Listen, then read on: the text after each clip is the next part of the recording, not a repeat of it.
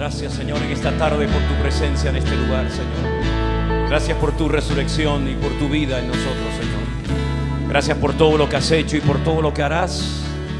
Te damos a ti toda la gloria y la honra en esta tarde, Señor. Tu pueblo te adora, te honra y te da gracias por todo lo que eres para cada uno de nosotros, Señor.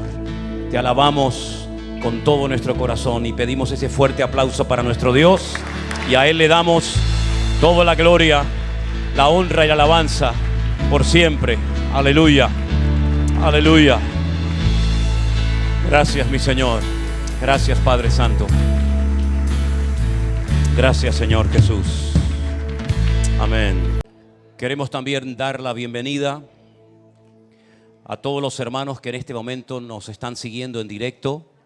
Sabemos que son muchos los hermanos, también nuestras congregaciones están siguiendo en directo en algunas partes del mundo esta retransmisión. Y también, como pueden comprobar ustedes, tenemos ya en conexión a muchos hermanos de nuestra iglesia virtual, a los cuales se les ha mandado un link para que puedan estar así, digamos, de una forma diferente, ¿no? Los demás están siguiendo la retransmisión por nuestro canal de YouTube, Centro Evangélico Vida Nueva, pero ahí tenemos a nuestros hermanos de la iglesia virtual de diferentes partes del mundo. Y bueno, la verdad es que estamos tan agradecidos que por lo menos una vez al mes podamos ver la cara de tantos hermanos y de nuestras congregaciones en diferentes partes del mundo. No sé si ellos nos lo van a escuchar, pero vamos a darles un fuerte aplauso a todos nuestros hermanos. Que Dios les bendiga, hermanos queridos.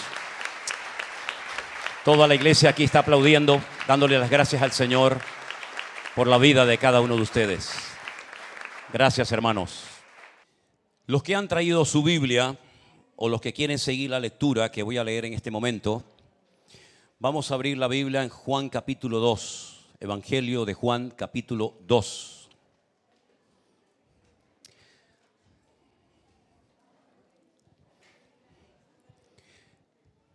Juan, en su Evangelio, como he dicho en otras ocasiones, de todos los milagros que él le vio hacer a Cristo, que fueron centenares. De hecho, él al final del libro dice que hay muchas cosas que él oyó y vio de Jesús, las cuales no las escribió. Y él da una opinión personal y dice, si se hubieran escrito todas las cosas que Jesús dijo y todas las cosas que el Señor Jesús hizo, pienso que no cabrían los libros en el mundo. Los 4 evangelios que tenemos, cuyos nombres son, como sabéis, Mateo, Marcos, Lucas y Juan, son simplemente un pequeño resumen de la vida más extraordinaria que jamás ha existido en el planeta Tierra, que es la vida de nuestro Señor Jesús. Los evangelios realmente nos cuentan su ministerio, que empezó a los 30 años y lo culminó a los 33. Pero hay muchos detalles que no conocemos de la vida de Cristo. Sí, conocemos cuando fue llevado por sus padres al templo para presentarlo al Señor y ser circuncidado. Tenemos ahí un hecho, algo que ocurrió cuando tenía 12 años de edad. Pero realmente nos faltan muchos detalles acerca de su juventud, acerca de su adolescencia. Pero lo que tenemos en la Biblia realmente nos ha cautivado y nos ha transformado la vida de una manera extraordinaria. Y gracias a Juan, gracias a este hombre, sabemos cuál fue el primer milagro de los que hizo Jesús. Y lo encontramos en Juan capítulo 2 y vamos a leer esta porción de la Biblia. Prestemos atención, por favor. Haz un poquito de monitor, si eres tan amable. Al tercer día se hicieron unas bodas en Caná de Galilea y estaba allí la madre de Jesús. Fueron también invitados a las bodas Jesús y sus discípulos, aunque no todos, todavía no tenía a todos los discípulos, pero algunos. Y faltando el vino, la madre de Jesús les dijo, no tienen vino. Jesús les dijo, ¿qué tienes conmigo, mujer? Aún no ha venido mi hora. Su madre le dijo a los que servían, haced todo lo que él os dijere. Estaban allí 6 tinajas de piedra, de agua, para agua, conforme al rito de la purificación de los judíos, en cada una de las cuales cabían como 2 o 3 cántaros. Esto es aproximadamente unos 600 litros en las 6 tinajas, 100 en cada una. Jesús les dijo, llenad estas tinajas de agua, y las llenaron hasta arriba. Entonces les dijo, sacad ahora y llevadlo al maestresala. Y se lo llevaron. Cuando el maestresala probó el agua hecha vino, sin saber él de dónde era, aunque lo sabían los sirvientes que habían sacado el agua, llamó al esposo y le dijo: todo hombre sirve primero el buen vino, y cuando ya han bebido mucho, entonces el inferior. Mas tú has reservado el buen vino hasta ahora. Este principio de señales hizo Jesús en Caná de Galilea y manifestó su gloria, y sus discípulos creyeron en él. ¿Cuántos dicen amén? Repito, este fue el primer milagro de la vida del Señor Jesucristo. Y gracias a Juan, pues lo tenemos en la Biblia. Sabemos dónde fue, sabemos qué fue lo que sucedió. Es una historia aparentemente sencilla, es una boda que se está celebrando, donde hay un momento puntual en el que se acaba el vino. Su madre le informa de que no hay vino, no hay forma de conseguir más. Y entonces el Señor interviene y lo transforma el agua lo transforma en vino. Y eso es, digamos, de una manera superficial en lo que consiste el primer milagro. Pero aquí hay muchas enseñanzas y muchas aplicaciones personales que podemos, digamos, aplicar a nuestras vidas. Es verdad que no tenemos todos los detalles de esa boda, pero tenemos de fuentes extrabíblicas información acerca de esa boda. Saben que a veces hay otras fuentes, otros manuscritos, algunas tradiciones también, que nos pueden dar información acerca de hechos puntuales que la Biblia a lo mejor no nos da todos los datos, pero comparando con la historia, con la arqueología, etcétera, podemos tener más información. Bueno, hay una tradición y hay algunos manuscritos que dicen que el motivo por el cual parece que María se movía con toda libertad en la boda, ven que ella, por ejemplo, le daba órdenes a los que estaban sirviendo, a los camareros, ella le dice incluso lo que tienen que hacer, informa al Señor de que no tienen vino. Vemos a María no como una invitada ahí sentada en un rincón sin ninguna participación, sino la vemos como con toda libertad, ¿no? Moviéndose en la boda. Y uno se pregunta, ¿y por qué se movía con esa libertad? ¿Será que conocía a los novios? Bueno, pues déjeme decirle que consultando algunos manuscritos he descubierto que se trataba probablemente de la boda de Juan, el discípulo amado del Señor Jesús, el que está escribiendo el Evangelio. En esos manuscritos se dice que ese día era el día de la boda del que sería el futuro discípulo de Jesús, de Juan. Y Juan, sabemos que su madre se llamaba Salomé. Y Salomé era hermana de María, la madre de Jesús. Por eso podemos ver la libertad con la que María se movía en aquella boda, porque al fin y al cabo se estaba casando su sobrino y estaba en la casa de su hermana. Si esto es así, bueno, pues nos ayuda a entender, ¿verdad?, la libertad con la que María se movía en esa fiesta. Ahora, ¿qué fue lo que pasó? Porque dice la Biblia que se quedaron sin vino. Los rabinos en aquella época decían que una boda sin vino es una tristeza. Una boda sin vino no es boda, es como un jardín sin flores, ¿no? Tal vez hicieron un mal cálculo, compraron menos vino del que realmente después se iba a usar. Tal vez vinieron más invitados de los que se esperaba en un principio, porque en aquella época existía la costumbre de que tú ibas por un lugar y de repente veías una boda y cogías así, pum, y te metías dentro, aunque no te hubieran invitado. O puede ser que a lo mejor los novios no tuvieran tantos recursos para comprar la cantidad de vino que hacía falta y por eso les faltó. Nos faltan los detalles, por ejemplo, a la gente le gusta mucho ver el vestido de la novia, ¿no? Y está todo el mundo pendiente, al novio no le hacen ni caso. Pero todo el mundo está pendiente si tiene una cola larga, una cola pequeña, si lleva esto, si lleva aquello. No sabemos nada del menú, no sabemos lo que comían. Pero hermanos queridos, eso no es lo importante. Juan no centra la atención en esos detalles que a lo mejor a alguna gente curiosa les interesan tanto. Juan dice que esto fue un principio de señales. Y ese día Jesús, que todavía era muy desconocido, ese día Él manifestó su gloria. Y a mí esto me ha impactado mucho, porque si en esa situación el Señor manifestó su gloria, yo creo que Él es nuestro ejemplo en todo. Y todo lo que tú hagas, estudies, trabajes o lo que sea en la vida, todo lo que tú hagas tiene que manifestar la gloria del Dios que habita en tu corazón. Dios tiene que ser exaltado y reconocido en todo lo que hagas. en tus estudios, en tu trabajo, en tu familia, en donde sea. Él tiene que manifestar su gloria permanentemente a través de nuestras vidas. Ahora, me llama mucho la atención que el primer milagro de Cristo no fue sanar, por ejemplo, a un enfermo. Ya sabemos que sanó a multitud de enfermos, cojos, ciegos, incluso paralíticos, leprosos, mudos. Pero en esta ocasión el primer milagro no consistió en una liberación de demonios o en una multiplicación de panes y peces, sino en una transformación. Y es que todo en la vida empieza cuando somos transformados por el poder de Cristo. Si no hay una transformación inicial, que en el capítulo 3 a esa transformación se le llama el nuevo nacimiento, todo lo demás no sirve de nada. El Señor pudo transformar el agua en vino, que también podía haber convertido el vino en agua sin ningún problema, porque Él es el creador del universo. Y Él tiene todo el poder sobre todo lo creado. Él no está limitado por nada ni por nadie. Y el primer milagro de Cristo fue un milagro de transformación. De un elemento como agua lo convirtió en vino. Ahora, alguien ha dicho por ahí, en forma poética, que cuando Jesús se acercó a las tinajas del agua y se reflejó su rostro en el agua se sonrojó al ver a su maestro y se convirtió en vino. Qué tremendo, ¿no? Ahora, ¿qué hacían esas tinajas de 100 litros cada una? Generalmente se ponían en las puertas de las casas. ¿Qué pintaban esas tinajas de piedra, dice la Biblia? No eran de barro, eran de piedra. Bueno, recuerden que los judíos eran muy ritualistas, tenían muchos rituales y muchas ceremonias. Y nadie podía entrar a una boda sin antes lavarse las manos y los pies.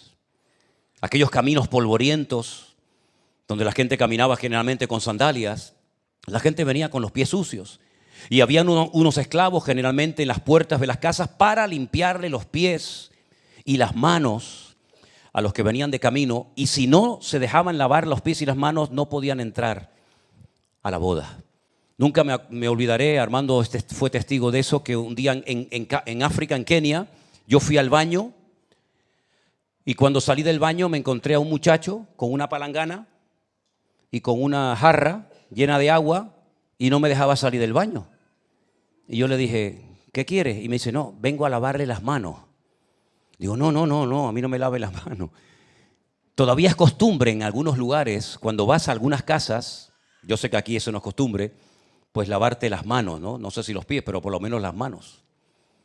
Es interesante notar que cuando uno observa, por ejemplo, lo que fue el tabernáculo en su época, posteriormente el templo, había un aparato, había un mueble que se llamaba el lavacro, que era como una especie de fuente con agua donde los sacerdotes, para poder entrar a ministrar a la presencia del Señor, tenían que lavarse previamente las manos y los pies.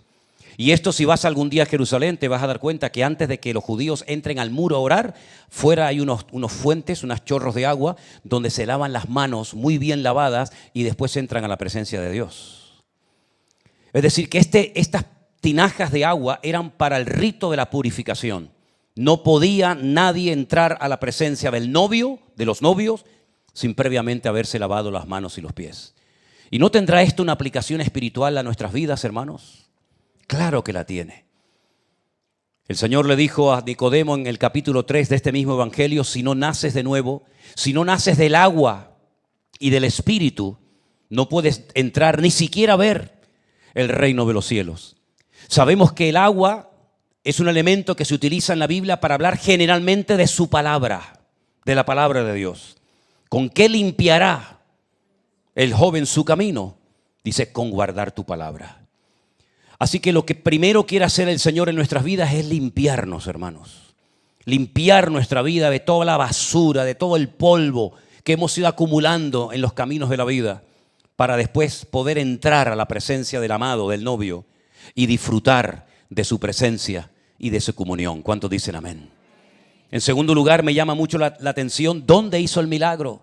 Porque hay milagros que Cristo los hace en una sinagoga, otros milagros los hace en el campo, al aire libre. Pero en esta ocasión el primer milagro lo hizo en un hogar. En un hogar donde hay una pareja que quiere formar una familia.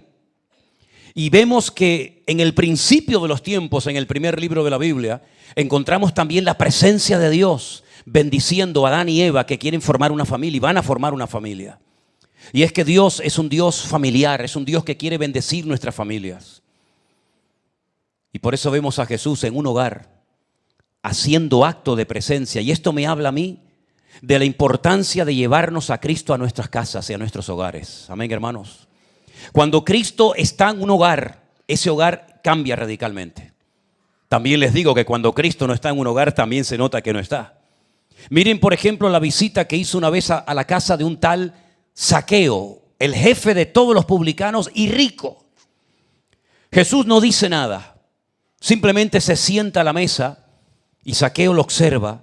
Y hay un momento en el que Zaqueo se levanta y dice: Señor, si he defraudado a alguien, se lo voy a devolver cuadruplicado, como enseñaba la ley que había que devolver lo robado. Y además voy a partir mi herencia y voy a dar la mitad a los necesitados. Y entonces es cuando el Señor se levanta y dice aquella palabra que todos conocemos: hoy ha venido la salvación a esta casa. La presencia de Cristo en un hogar transforma lo malo en bueno, la maldición en bendición, la tristeza en alegría y la derrota en victoria. ¿Cuántos dicen amén? ¿Se acuerdan la visita que hizo a un hogar donde había una niña recién muerta de 12 años, hija del principal de la sinagoga llamado Jairo? Tristeza, llantos. Sin embargo, el Señor entró al hogar de Jairo y cambió la muerte, porque entró el autor de la vida y la muerte salió corriendo y le dijo: Talita cumi, niña, a ti te digo, levántate y anda. Pregúntate si el fundamento de tu casa es el Señor. Porque si el fundamento de tu casa es el Señor, soplarán vientos y vendrán tempestades, pero tu casa permanecerá, porque tiene base, y la base mejor del mundo es nuestro Señor Jesucristo. Así que Él no solamente transformó el agua en vino, sino que además lo hace en un hogar, en una casa, porque es ahí donde primero empieza nuestra comunión y nuestra relación con el Señor. Pero también hay algo que he subrayado aquí en mi Biblia que me ha llamado la atención. Cuando su madre le informa de que se ha acabado el vino, si ustedes leen, por ejemplo, conmigo la respuesta del Señor en el versículo 4, es muy interesante. Le dice él a su madre: aún no ha venido mi hora. Aún no ha venido mi hora. Dije al principio que ya tenía algunos discípulos. Por ejemplo, Natanael era uno de ellos. Pedro era otro, Andrés. Pero todavía no había formado su equipo. Todavía no había llamado a todos los que le iban a seguir y con el paso del tiempo en convertirse en apóstoles o en discípulos del Señor. Pero él sabía que todavía no había llegado su momento. Y ya tenía 30 años. ¿Por qué no se habla de José en todo el relato? Porque lo más probable es que José ya hubiera fallecido. Por eso no se menciona en ningún momento a José, sino solamente a Jesús, su madre y algunos discípulos. Pero lo interesante es que Jesús sabía en todo tiempo cómo comportarse. Veo en Jesús algo que a muchos parece como que les cuesta. Y es que sabía esperar. Sabía cuándo callarse y cuándo hablar. Sabía cuándo decir algo y cuándo mantenerse en silencio, encomendando todo a la causa del Padre. Él no aprovechó la visita a este hogar para hacerse notar y para manifestar su poder y su autoridad. No. Porque a Jesús no lo movían los sentimientos, los impulsos, las emociones. A Jesús no lo movía una agenda personal. A Jesús lo movía la voluntad del Padre. Él dijo: yo todo lo que hago, lo hago porque mi Padre me dice que lo haga. Y todo lo que digo, lo digo porque mi Padre me dice que lo diga. Y si no, ni hago ni digo nada. Y eso es una lección impresionante para nuestras vidas, por lo menos para mí. Ver que Jesús sabía lo que tenía que hacer y cómo tenía que comportarse y cómo tenía que reaccionar en cualquier lugar donde se encontrara. La pregunta es: ¿ha llegado ya tu hora? Tenemos que saber en qué momento de nuestra etapa, de nuestro desarrollo en la vida cristiana nos encontramos. Porque hay una etapa que puede ser bastante larga, te lo digo de antemano para que no te asustes, una etapa bastante larga de espera, de preparación, de aprendizaje. Y dale gracias al Señor cuando salga de esa etapa y ya tengas que comenzar a dar a otras personas, porque la vas a echar de menos. La etapa de espera de Josué tardó 40 años. La etapa de Moisés también tardó 40 años. La etapa de Eliseo también duró un tiempo y la etapa de los discípulos también duró un tiempo. Es decir, si no hay una previa preparación y transformación en nuestra vida, difícilmente habrá una etapa de ser usados en la obra del Señor. No te adelantes a los acontecimientos. Aprende, como dijo el Señor, aún no ha venido mi hora. Tienes que saber en qué etapa de la vida te encuentras. Y si es el tiempo de aprendizaje, procura aprender todo lo que puedas porque después vas a echar de menos ese momento. Si es el momento de recibir o es el momento de dar, el momento de hablar o el momento de callarte, tenemos que pedirle sabiduría y discernimiento al Señor para saber en qué etapa de la vida nos encontramos. Ahora, vemos a María diciéndole al Señor, Señor, hay un problema en esta casa. Se van a reír los invitados de los chicos, van a pasar vergüenza a los pobrecitos porque se les ha acabado el vino.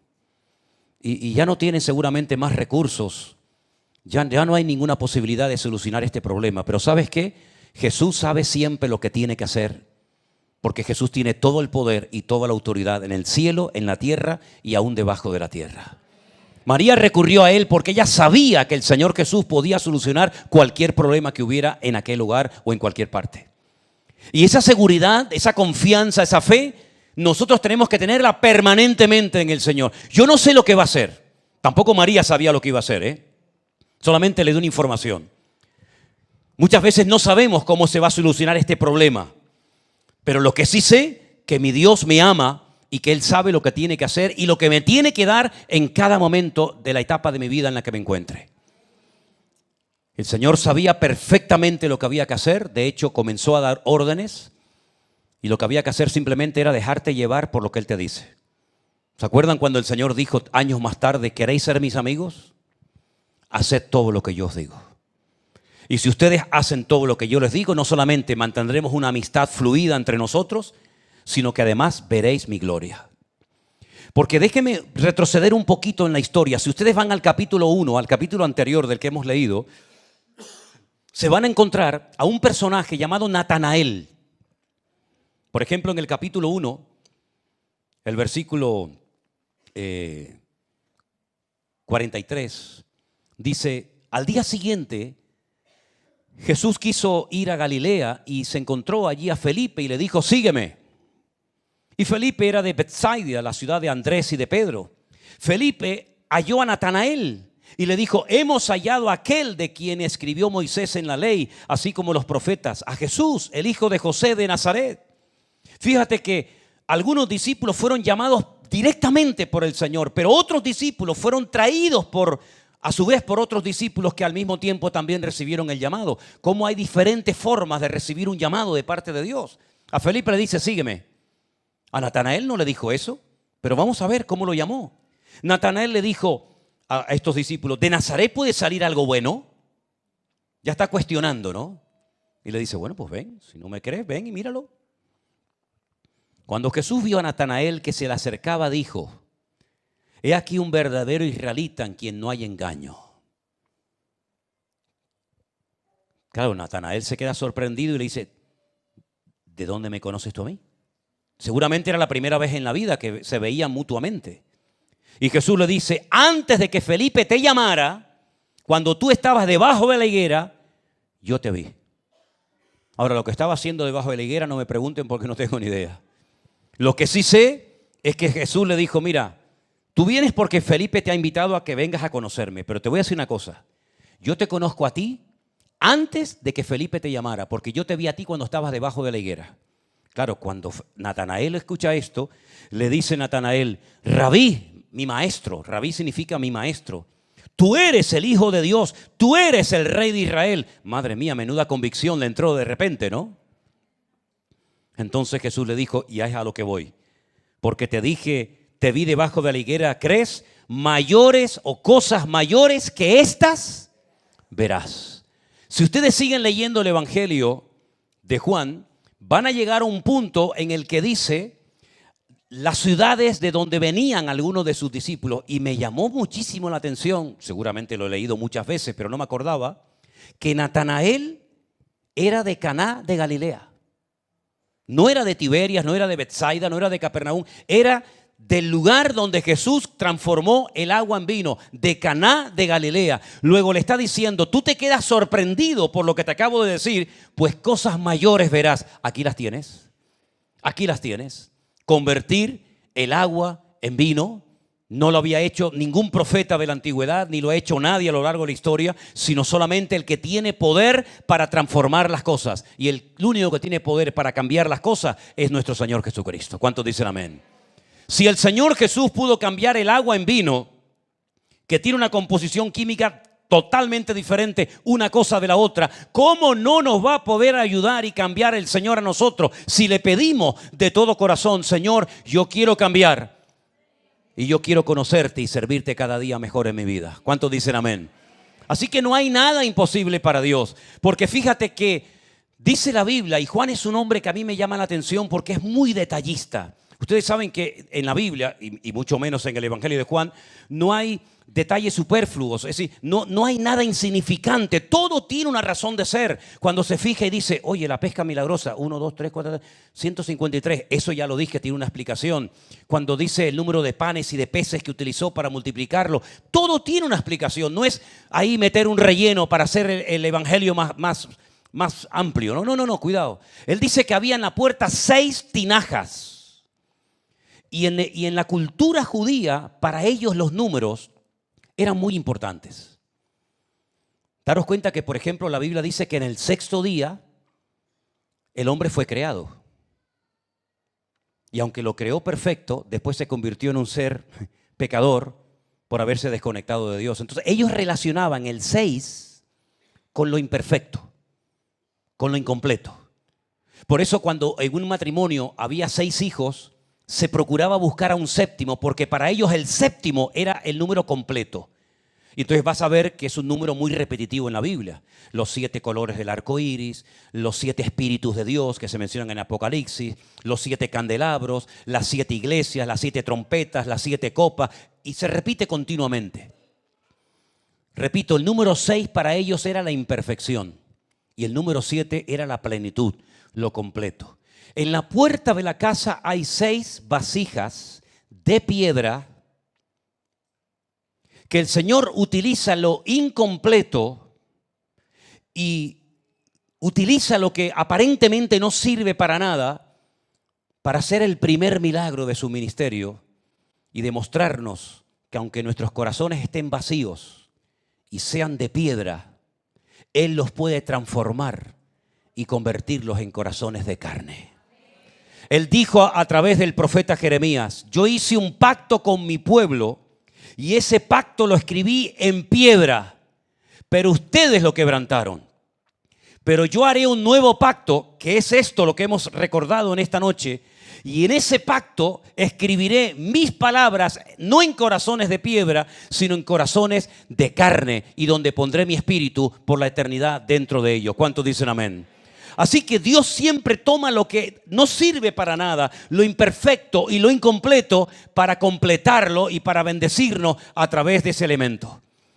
Y si el Señor utilizó vasijas de barro, en este caso de piedra, ¿cómo no va a poder utilizar el Señor tu vida si te dejas llenar de su presencia y te dejas transformar por su bendito poder y por su palabra? ¿Cuántos dicen amén? Bendito sea Dios. Jesús sabe siempre lo que hay que hacer. Pero para que Él obre en nuestra vida tenemos que cumplir con sus órdenes. Y Él dio órdenes específicas en esta boda. Una de ellas dijo, llenad estas tinajas de agua. Él lo podía haber hecho. Pero Él siempre pide, por así decirlo, una participación, una colaboración por nuestra parte. Llenen ustedes las vasijas de agua. Las llenaron, eso se llama obediencia. Y la obediencia siempre es bendecida por Dios, siempre. Se fiaron del Señor, no cuestionaron, pero ¿cómo vamos a llenar las vasijas de agua? Pero no cuestionaron la orden, hicieron lo que el Señor les mandó. Ya están hasta arriba, Señor, ¿y ahora qué hacemos? Ahora, segunda orden, sacad ahora y llevadlo al maestresala. Claro, no van a llevar la vasija de 100 kilos, pero seguramente habría algún cucharón o habría algo para que el maestresala, el que cataba, el que probaba el vino y decía, lo pueden servir porque está bien o está mal. ¿Cómo vamos a hacer eso Cuando metamos el cucharón vamos a sacar agua, Señor. ¿Y cómo le vamos a llevar agua al maestresala? Nos van a azotar, nos van a castigar. Estamos tomándole el pelo a todos los invitados. Pero ellos también se fiaron del Señor.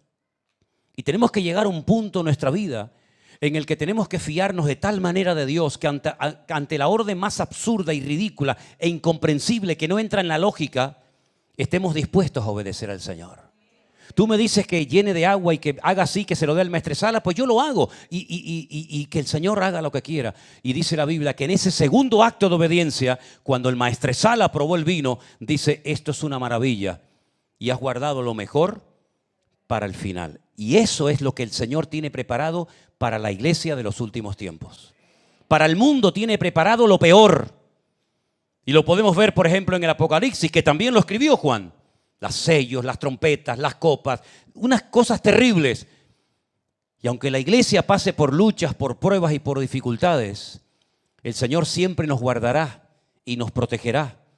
Porque la Biblia dice que Él tiene preparadas otras bodas, y las hemos leído en esta noche si habéis prestado atención a la lectura.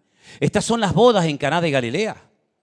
Faltó el vino, hubo un problema, pero la Biblia nos habla de las bodas del Cordero, donde nosotros como la iglesia, como la amada, nos juntaremos con el novio por la eternidad y allí no faltará de nada. Y allí lo torcido se va a enderezar. Y allí el cojo caminará y el mudo hablará y el ciego verá, porque el Señor cambiará todo lo que es imperfecto, incompleto, lo cambiará en perfecto y maravilloso, porque ese es el poder de nuestro Dios y esa es la voluntad del Señor para su iglesia. Bendecirnos, transformarnos y cambiarnos, pero para que se produzcan ciertos y determinados cambios en nuestra vida, tenemos que estar dispuestos a dejarnos tratar por el Señor, a dejarnos moldear por el Señor y a obedecerle en todo lo que Él nos pida. Y si hacemos nuestra parte, que no tengamos la más mínima duda, mis queridos hermanos, que el Señor nos sorprenderá. Porque de aquellas tinajas de piedra, con la bendición de Dios, salió bendición para una boda. Pero de nuestros corazones de carne transformados por el poder de Cristo puede salir mucha bendición para millones de almas que se están muriendo de sed y no de agua, y se están muriendo de hambre y no de pan, sino se están muriendo porque no tienen palabra de Dios ni presencia de Dios en sus vidas. Nosotros hoy en día somos esos recipientes, esos vasos de barro de los cuales habla Pablo también a la iglesia de Corinto, diciéndonos el Señor que Él ha puesto un tesoro dentro de nosotros. Y el valor no es el recipiente, el valor es lo que tiene dentro. Y el recipiente lo que contiene es la presencia del Dios Todopoderoso. Por eso Pablo dice, no quiero que ignoréis que vuestros cuerpos, vuestros vasos, vuestras tinajas son ahora el templo del Espíritu Santo de Dios. Y por eso tenemos una tremenda responsabilidad de ver que hay un mundo que está enfermo y sin esperanza alguna. Pero nosotros tenemos el vino, tenemos la presencia del Señor, el gozo del Señor en nuestras vidas y que tenemos que transmitirlos a ellos para que ellos vean la gloria y la manifestación de la gloria de Dios en sus vidas. ¿Cuántos dicen amén? Cierra tus ojos en esta noche ahí donde estás. Y quiero que le digas esto al Señor ahora. Escucha bien. Quiero que le digas al Señor, Señor, yo quiero que transformes mi corazón de piedra en corazón de carne. Yo quiero, Señor, que de mi interior salgan ríos de agua viva. Yo quiero que de mis labios salgan palabras de ánimo y de aliento y palabras poderosas que alaben y glorifiquen tu nombre. Tal vez te sientes como una vasija inservible y vacía, pero el Señor toma lo vil y lo menospreciado para avergonzar a los que se creen ser algo. Por eso no te sientas como un mueble viejo que no sabes ni dónde meterte ni qué hacer. Porque el Señor cuenta con todos y cada uno de nosotros para manifestar su gloria entre las naciones de la tierra. No importa si tienes pocos o muchos estudios, mucha o poca preparación, lo importante es que tu corazón esté alineado con el Señor y que tú le digas hoy al Señor, usa mi vida, oh Padre Celestial. Transforma mi corazón para que yo pueda ser un instrumento útil en tus manos. Y así como transformaste el agua en vino, poder transformar el ambiente en el que yo me encuentro, Señor.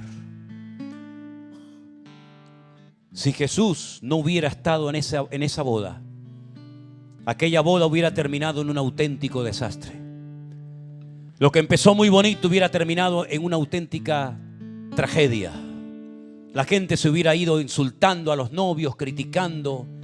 La tristeza de los novios hubiera sido terrible, porque algo que empezó muy bonito terminó siendo una vergüenza. Y así es como terminan muchas cosas que aparentemente empezaron muy bonitas. Relaciones, ministerios, amistades, incluso iglesias que empezaron aparentemente muy lindas, pero terminaron en un auténtico desastre porque no estaba el Señor Jesús en ese lugar. Pero qué diferente cuando Jesús está en un sitio, hermanos. Da igual si es iglesia, familia, trabajo, boda o funeral. No importa. Donde Jesús está hay cambios. Donde Jesús está hay milagros. Donde Jesús está hay gloria. Hay paz, hay victoria, hay bendición. Y por eso, Señor, lo que anhelamos es tener tu presencia en nuestras vidas, en nuestros hogares, y que todo lo que hagamos manifieste tu gloria, Señor. Que a través de nosotros tu olor fragante se esparza por todas las naciones de la tierra, Señor. Utiliza estos vasos de barro, Señor, para manifestar tu gloria a las naciones de la tierra. Utilízanos a todos y a cada uno de nosotros, Señor, para que la gente pueda conocer que hay vida en abundancia en Cristo Jesús. Utiliza estos vasos de barro, Señor, pero con tu gloria en ellos, para que el mundo te vea a ti, Señor, y te glorifiquen a ti, Señor. Y que puedas convertir nuestro lamento en baile, la muerte en vida, la tristeza en esperanza y el vacío en plenitud. Aleluya. Recibe toda la gloria en esta noche, mi Señor Jesús. Y aquí estamos delante de tu altar, pidiéndote, llénanos, llénanos más y más de ti. Te alabamos, Señor Jesús. Yo quiero que tú ores por la persona que está a tu lado en esta noche. Mientras hacemos sonar la melodía de esta alabanza, quiero que ores por la persona que está a tu lado y le digas: Señor, quiero unirme a mi hermano, a mi hermana, para que juntos podamos manifestar tu gloria en nuestras vidas. Para que ese vino nuevo que has puesto dentro de mí pueda fluir y saciar la sed y cambiar las vidas de millones de personas en todas las naciones de la tierra. Bendice a esa persona, a esa familia, a ese padre, esa madre, esa niña. Bendícelo en el nombre de Jesús. En el nombre de Jesús, Señor, que seamos una iglesia siempre unida, guiada por tu Espíritu Santo, Señor, dependiente de ti en todo, Padre Santo. Aleluya. Oh, Señor, ayúdanos. Ayúdanos, Señor. Aquí estamos orando los unos por los otros. Oro por mis hermanos en esas iglesias donde están ahora viéndonos. Oro, Señor, por todos ellos. Bendícelos. Ayúdanos. Ayúdanos a cambiar, Señor, y a mejorar el camino. Necesitamos más de ti, Señor. Oh, sigue obrando, sigue obrando, sigue obrando nosotros, Señor. Aleluya. Espíritu Santo, haz la obra. Haz la obra, Señor. Aleluya. Cierra tus ojos ahí donde estás, hermano, y vamos a darle gracias al Señor por la palabra que hoy ha traído a nuestros corazones. Que pongamos en práctica lo que hoy el Señor ha hablado a cada uno de nosotros. Que sobre todo prevalezca la unidad, el amor. Ese amor en la iglesia, ese amor en los hogares, en la familia.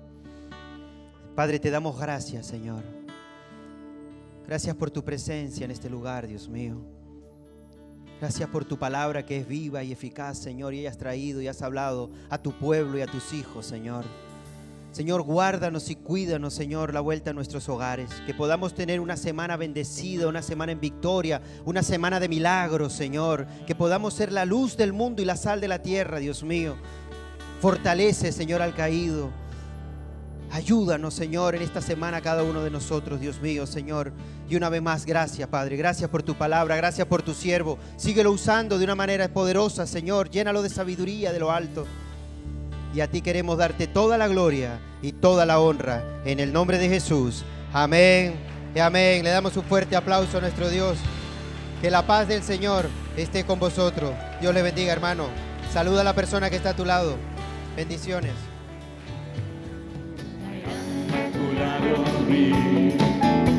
Mi espíritu